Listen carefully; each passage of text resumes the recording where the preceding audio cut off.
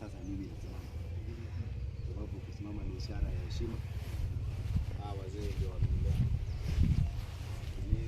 Yule mzee wa Bukuri na yule mzee wa pale juu, hawa ndio wamenilea.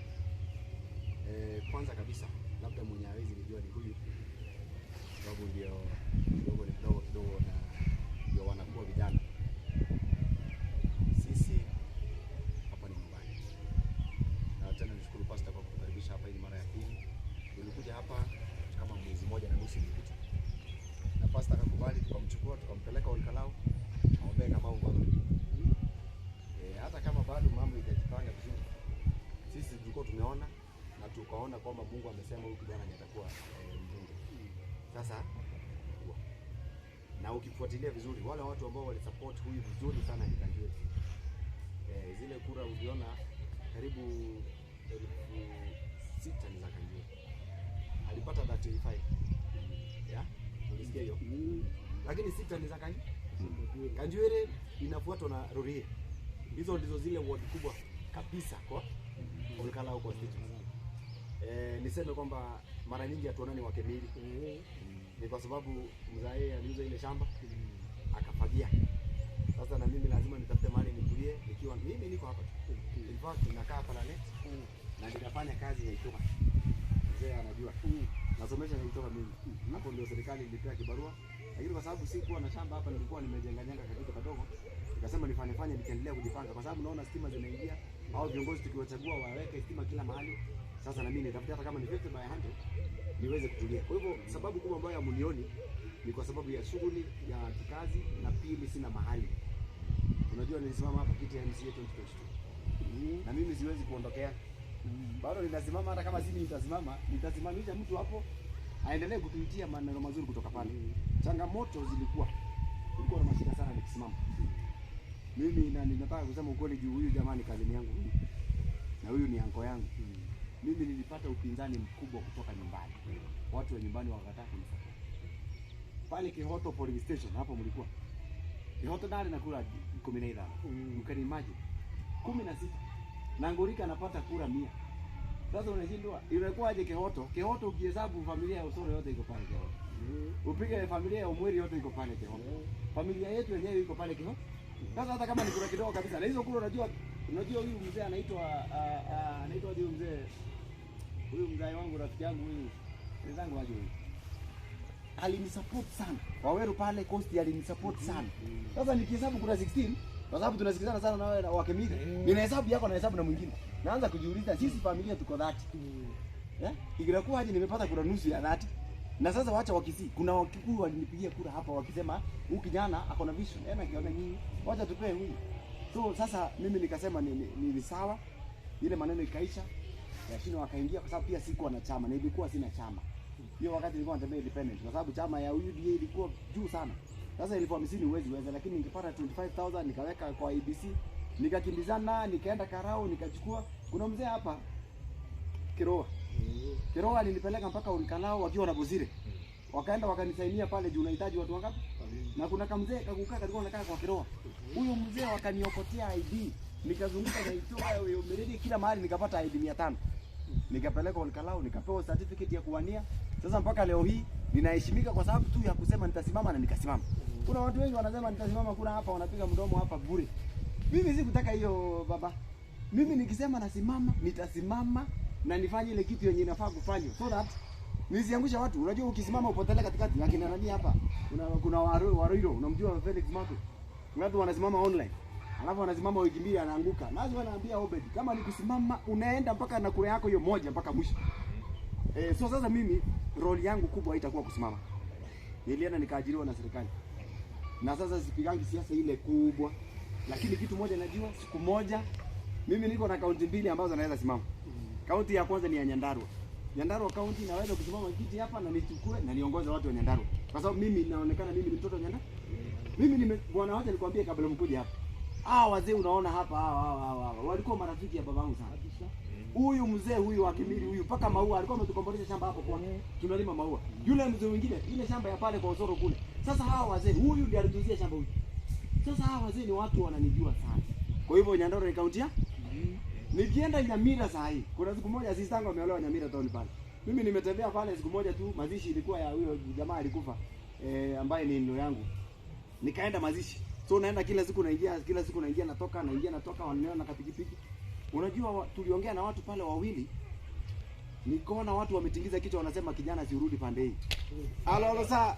Yeah. Karibuni sana. Yeah. Nikaona wajamaa wanasema huyu kijana anaweza kuwa sasa. Nikasema kumbe yenyewe hata hii Kenya anaweza simama Nyamira bado na nisimame bado Nyanda. Kwa hivyo kazi yangu kubwa itakuwa hii. Mimi niko hapa kuhakikisha kwamba watu wetu wanafa. Na siongei juu ya kijiji kingine, na siongei juu ya Kanjueri. Sina haja na Kanjueri mzima, niko na haja na watu yangu ya Dhafa. Wakisema ni ile stima imekwama pale, ni transformer ijakuja iongezwe ndio watu wa Kiambororo wapate stima. Nitakuwa nakuwa pale mbele. Kwa nini? Watu wangu wa Dhafa wakiona mwangaza, hata mimi nataka kununua kabloji hapa. Sasa hata pale niambia soro nisonge. Mzee aliuza hiyo ni yake alikuwa amenunua, nikuacha na yeye hakuna shida. Nipate kabloji mahali karibu na barabara. Kwa hivyo watu wangu wa Dhafa mimi nitawatetea vile ninaweza. Saa hii hata tukifanya mkutano saa hii, hata hiyo picha inapigwa pale. Make sure kama huyu anaipata. Akiona huyu namwambia huyu ni Geoffrey. Na huyu ni wake Miri na wao watu wanasema walikusupport. Hata sasa umevaa kopi yake. Chukua zoom ile picha, zoom ile. Ukaribia mpaka hivi kama ni video zoom hivi mpaka aone hiyo kofia bado watu wanaivaa kwa sababu watu wanapenda mageuzi. Kiaramu alijaribu ndio na Lady Sorest Mtisi. Alijaribu lakini kutuhusisha sisi watu wa Dhafa ilikuwa ngumu kidogo. Kwa sababu tangu DC akuve ni miaka mingi sana. Ni miaka mingi na sisi hatujawahi ona mtu amewekwa pale mwingi. Haya tukamwomba tukamwambia Dhafa iko na kabila nyingi, iko na waka Waluya, iko na Wakisii, iko na Wakikuyu ndio wengi.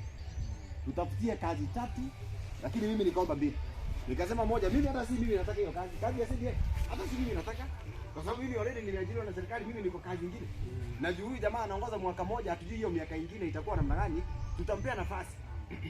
Atafute mtu mmoja wa hapa, aweke pale ndani. Arudi atafute vijana hawa. Kama huyu amesoma stima na ule mwingine amefanya. Awe ajue venye atafix hao vijana wetu. Lakini mimi nikamwomba atupatie driver. Hata kama ni wa kuendesha probox yake nyumbani, atupatie tu driver mmoja. Dhafa aseme, Dhafa nipatieni vijana wawili, nifanyishe interview waniendeshia hata kama ni gari ya kubeba dhara hapo Karau. Kwa hivyo mnafaa kujua sisi tunashukuru kwanza. Kwa sababu nyinyi mlikubali kwamba wito ni kubadilisha. Na kwa sababu mliingia one time na mko ndani one time, sisi tunaheshimu. Najua ni ajabu sana Ruto anaweza kuwa rais ambaye unaona alishindwa kuiba hivi. Juzi tuliona kama anataka kuiba. That is why askari walikuwa wanasimamishwa wanaambiwa fungua. Na askari wako one time ndio maana uliona askari anakubali kutoa bagi yake inaangaliwa na chekiwa. Kwa hivyo mimi kama kiongozi Momani, kofia. Mimi ninaomba muendelee kutuombea. Muendelee kunishikilia.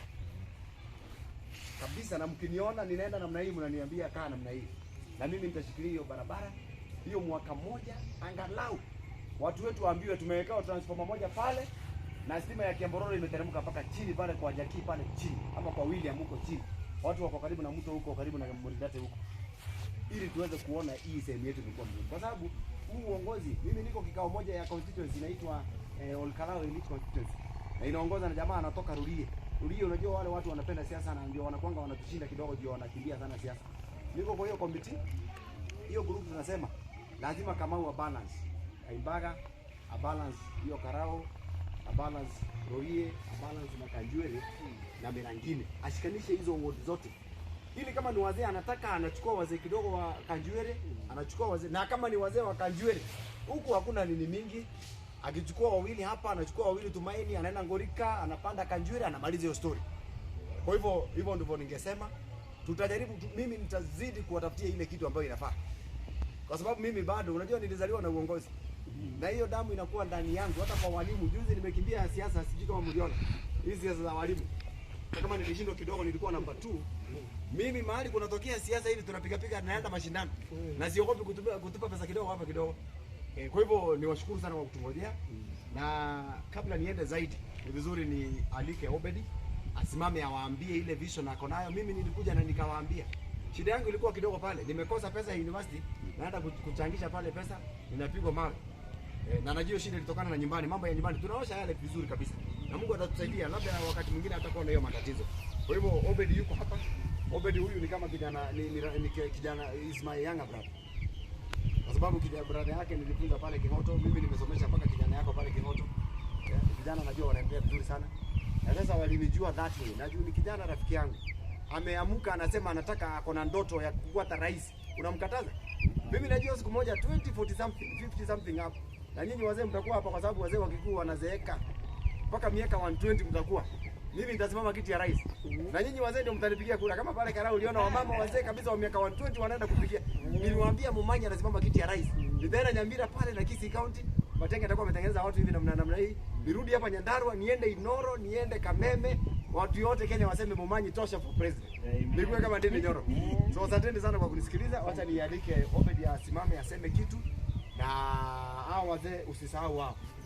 Mimi sikuwa na nafasi ya kuwaweka namna hii. Mimi nilikuwa nakuja pale kwa kwenu pale kwa duka yenu pale. Napata wazee wamekaa pale akina mzee wa mtaa wamekaa pale. Lakini sasa yule mzee sina uwezo wa kuwaweka pamoja. Mimi nilikuwa natembea. Sasa nilikuwa na nduthi. Sasa nilikuwa najiuliza afadhali ningekuwa ni mimi sasa hivi. Sasa hivi tumeingia vijiji 5 sasa hivi. Ningekuwa na nduthi kama niko nayo sasa hivi. Sasa namwambia hiyo nduthi mimi nakupea. Na mimi nakuendesha na kuingiza uongee nao wazee. Kwa hiyo bwana uko na chance. Wazee hapana sahau wao. Hata ukikuwa namba 10. Mimi ninajua Mungu kujua nilikuwa namba ngapi. Nyinyi mliconcentrate pale na Kashindo na Suleiman pale na kina Geforo na kina Kiambati.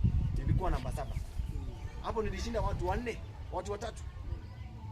Mtu wa kwanza nilishinda ni jamaa ya Kanjwire. Alikuwa anaitwa ule wa viazi. Unaona viazi jamaa anaitwa nimesahau jina lake huko. Kuna jamaa mwingine nilishinda wakanywa chini hapa alikuwa anaitwa nimesahau but nakumbuka Wainaina wa pale karibu na demo. At least nilishinda watu wako na magari. Wainaina alikuwa ananipata kwa barabara nikongorika hapo Idhagani naenda. Ananipea lift. Sasa hiyo ananipea lift naenda akiniambia nafasi ndio ongea anasema sasa msichague huyu nichague mimi. Unaona kama sasa tembea na huyu na tunabishana naye. Nampea lift tukifika kwa ground kama ni mazishi naambia maka imo dekai mgaadura please. Abai mtigane na unaona ena gari akona uwezo wa kutembea. Sasa mimi sina uwezo juu amenipe. Suleiman vile Suleiman alikuwa ananipata Karau. Ananipea lift. Tukienda na yeye mpaka mahali tunaenda kuongelesha watu nawaambia yule. Buka huyo ni athomithetie. Yule ni gweka atia. Niko tokoria. Kwa hivyo mimi nashukuru sana. Obed karibu sana. Ongea na wananchi. Thank you.